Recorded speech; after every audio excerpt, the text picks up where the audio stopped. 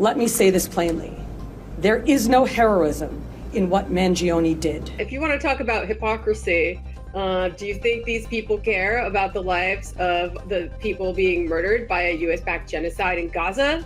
Of course not. They care about this guy's life because he is a member of the billionaire class. Hey, it's Jordan. I am in Flint, Michigan, East Palestine, Ohio, Tumwa, Iowa. Please support the only independent outlet on the ground covering what the corporate media covers up. Hey, it's Jordan. Delighted to be joined by Jamie Peck, a longtime organizer in New York, and you are part of a fundraiser for Luigi Mangione, the alleged shooter of UnitedHealthcare CEO Brian Thompson. And you were on corporate media earlier in the week, so we'll get to that later. But first, I wanted to ask you, this is not your first rodeo. You've been organizing for healthcare, on climate, on so many things over the years. What kind of sparked you to get involved, particularly in this case? And I should say the fundraiser that you've helped organize already is at nearly $191,000 raised for Luigi Mangione's defense. Yeah, so that's a really good question. I think the folks organizing this fundraiser, we believe that everyone has the right to a fair trial, especially those who've taken action against the billionaire class that is just parasiting off the rest of us. But it seems like a really inspirational moment for a lot of people. A lot of class-based anger is bubbling up to the surface. And, it's not all the time that people express things like that. And I think it really shows signs of realigning American politics from left, right, whatever that means in this day and age, to top, bottom. And I think we need to do everything in our power to keep that momentum going and see how far it can go. Yeah, I've been covering the progressive movement campaigns for almost a decade. I really can't think of anything until now that has basically been not tribal and actually like cross-partisan. Like Don Jr. tweeted out something trying to be negative against Mangione, and the right wing kind of turned on him.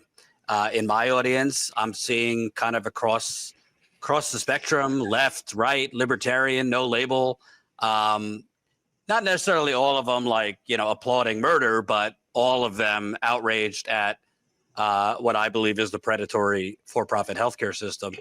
Have you kind of seen this playing nice, I guess you could say, between left and right before?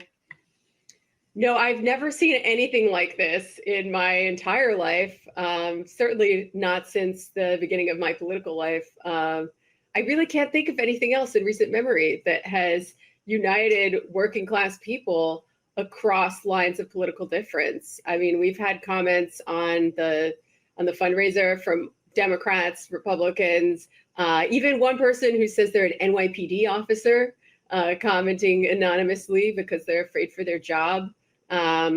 My friend whose whole family is Republicans showed it to her mom, the clip of me on CNN to her mom, and she thought it was awesome. And she's showing me comments from, kind of right-wing country boys, all just so excited that somebody has finally done something to challenge the power of these predatory health insurance companies.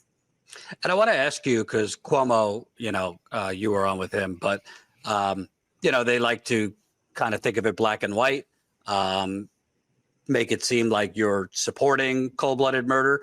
But I do believe two thoughts could exist at once. I mean, I've told my audience, I'm not saying go get your guns and shoot down people, but you could also not shed a tear for somebody like Brian Thompson.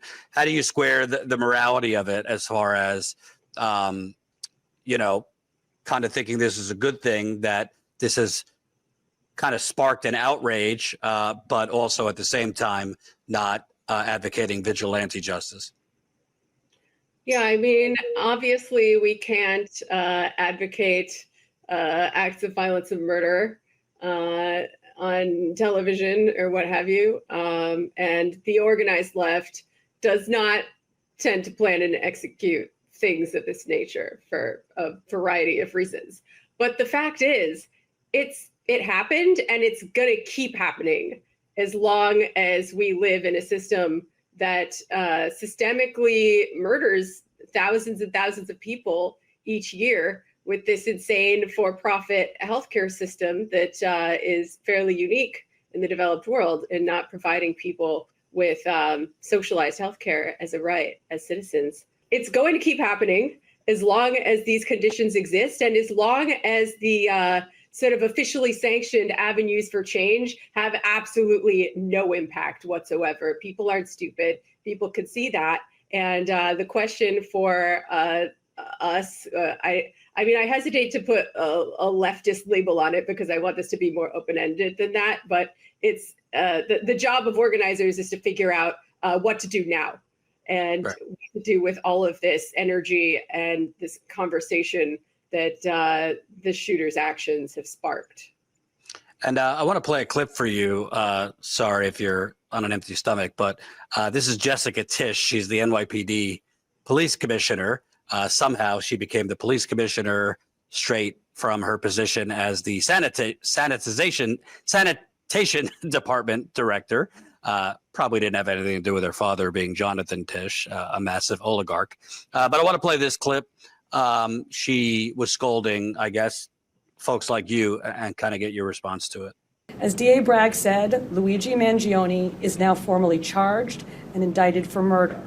And let me be perfectly clear. In the nearly 2 weeks since Mr. Thompson's killing, we have seen a shocking and appalling celebration of cold-blooded murder.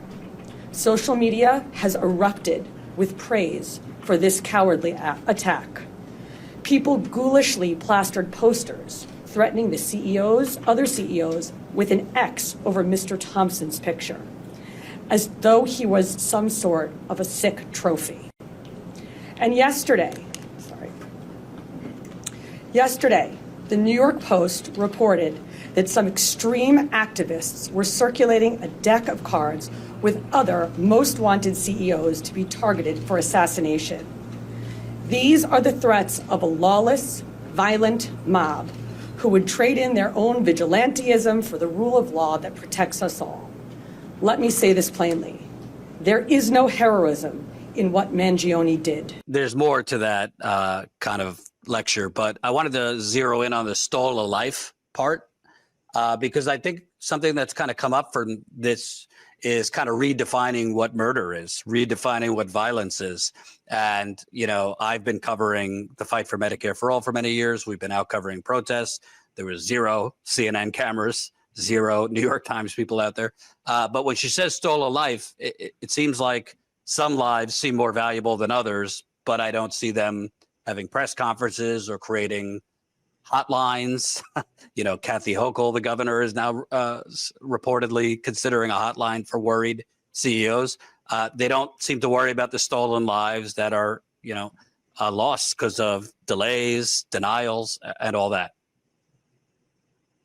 Yeah, no. If you want to talk about hypocrisy, do you think these people care about the lives of the people being murdered by a US-backed genocide in Gaza?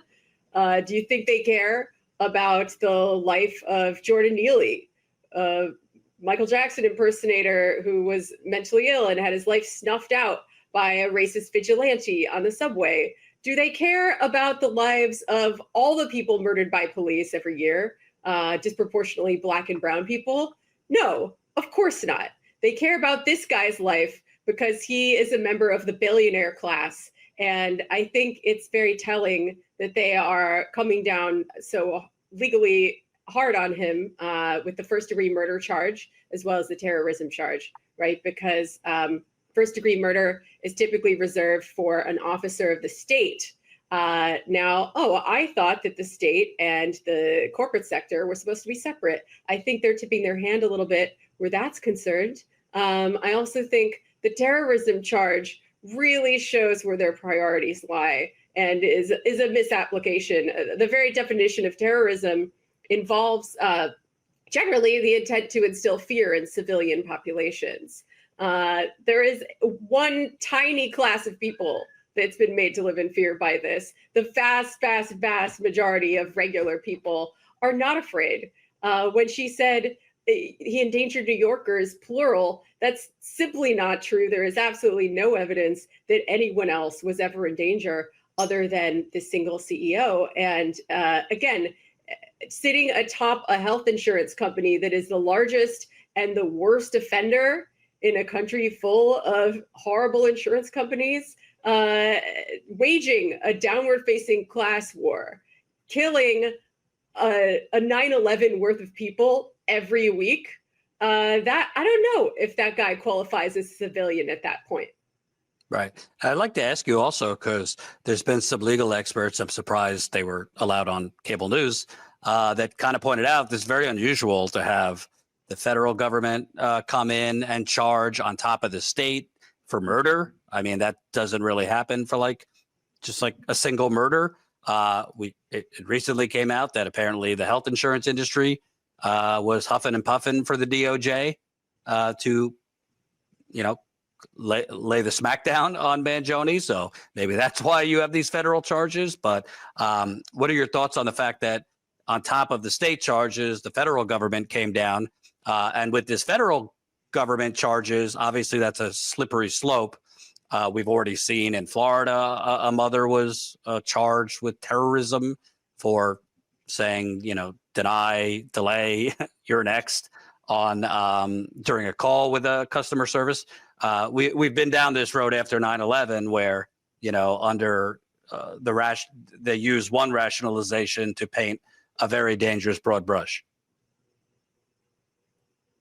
Yeah, absolutely. I mean, the application of federal charges and the involvement of the federal government, again, shows just how scared the ruling class is right now and how scared the state is, whose primary purpose is to prop up the corporate sector and make sure that capitalist accumulation keeps on chugging along and extracting a profit from the vast majority of the population whose lives are not valued at all by the system. And I'd like to ask you, you were on with Chris Cuomo, got some attention in the media. I won't get into the whole thing, but this one part kind of stood out to me. I want to play it and get your response. And by the way, it's not new, okay? People have been crusading against insurance companies, but there's no question we haven't gotten changes to the system that are necessary. No question. You're talking to one of them right now. I look this old because I am old, and I've been covering that system for over 25 years, and almost never positively. I don't know about you. For a dark time of my life, I worked at Fox News, then MSNBC. I've been in corporate media. I've been in independent media. I don't recall Chris Cuomo or any of the mainstream media covering, the evils of the for-profit predatory healthcare system. I do recall in 2016 and 2020, the once in a century candidate we had calling for universal healthcare. I do recall them, basically putting out talking points from UnitedHealthcare. What are your thoughts, not just on Chris Cuomo, but the media seems to be very focused on Luigi Mangione, less focused on the unnecessary corrupt middleman, which is the for-profit healthcare system? Yeah, I mean, it's incredibly disingenuous of him to claim that he's been crusading for universal health care for all these years. Even, let's say, for argument's sake, that he has, okay? Let's say he's been reporting negatively on the for-profit healthcare system and advocating for Medicare for all for 25 years. Where has that gotten us exactly? Are we any closer to a single-payer system than we were 25 years ago? I don't think so. So clearly, something more than news coverage needs to happen. And for you, you've been an organizer in New York, healthcare, other things.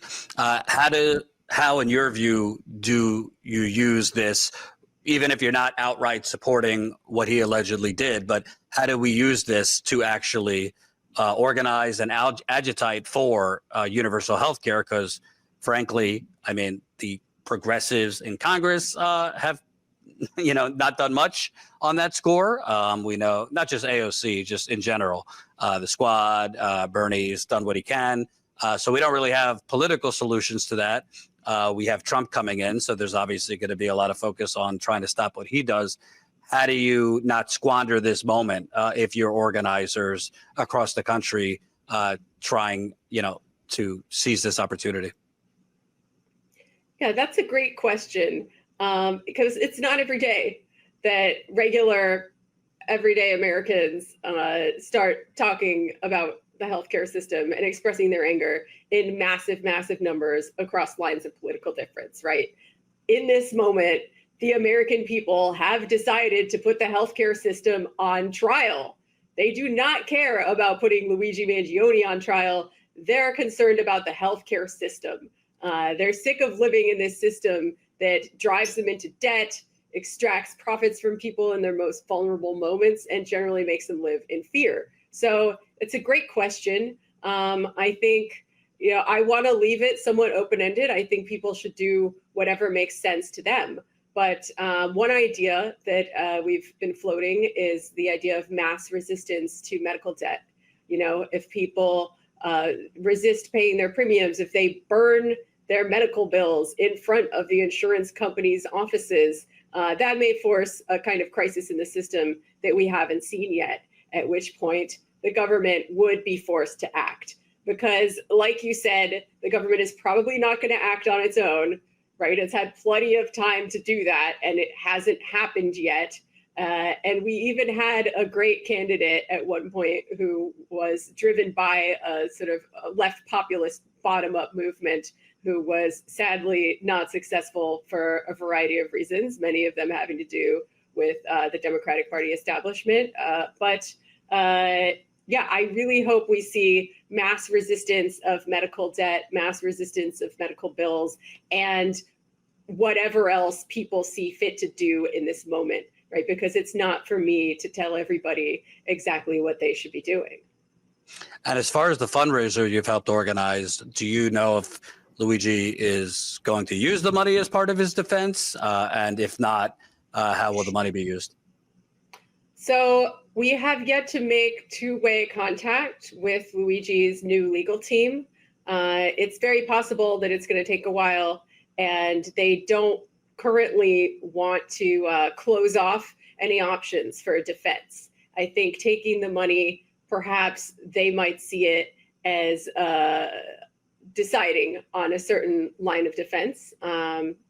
And I know that these things often take a lot of time to get settled and determined, especially in such a high-profile case like this one. But we are hopeful that he will accept the money. And if not, we're going to take a look at some other people facing politically motivated charges who we could send it to instead. My last question, you've been involved with politics for a long time. It sure seems like a tale of two shooters, alleged in this case.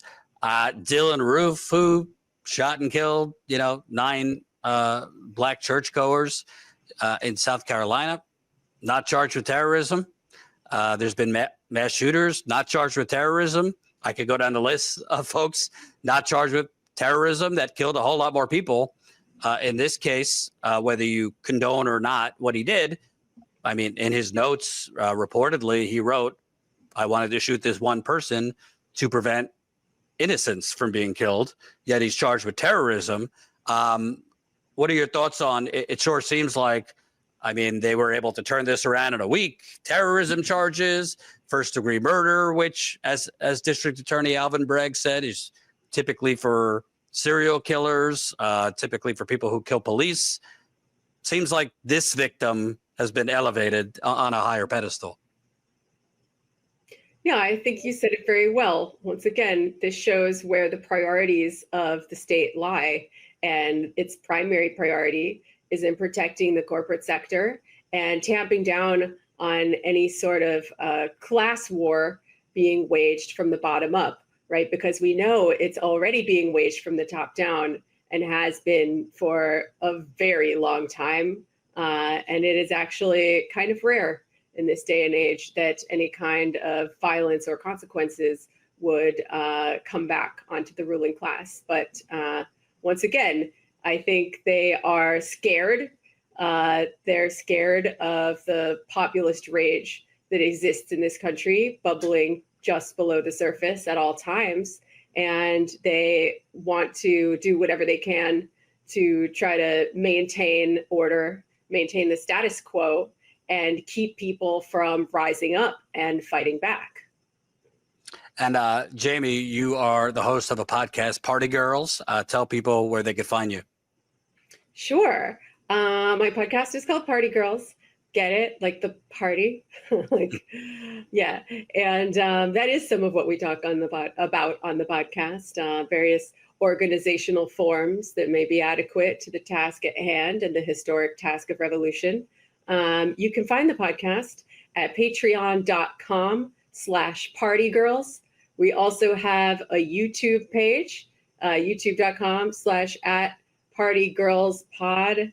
Am I getting that right? Yes. We'll put it in the description too. Okay, excellent. And we're on Instagram, we're on TikTok. We're building out our video operation, which is a very exciting and new thing for me, because in all my years of podcasting, well, minus my job at the Majority Report, my own shows haven't been on YouTube before. So that's exciting. And we have a lot of great content right now. We have a lot of great content coming out in the new year. And yeah, me and Sam are very excited. Sam's my co-host. We're excited to keep doing it. Sorry, I'm really tired. And sick. Thank you. I know you're not feeling well. You can type in Party Girls wherever you get your podcasts, and it'll pop up all of the free episodes. If you want the bonus episodes too, then you got to go to Patreon and subscribe. And speaking of healthcare, thank you. I know you're not feeling well, have a cold, so thanks for doing this tonight. And we will put the link to support you guys in the description. Thank you so much for having me.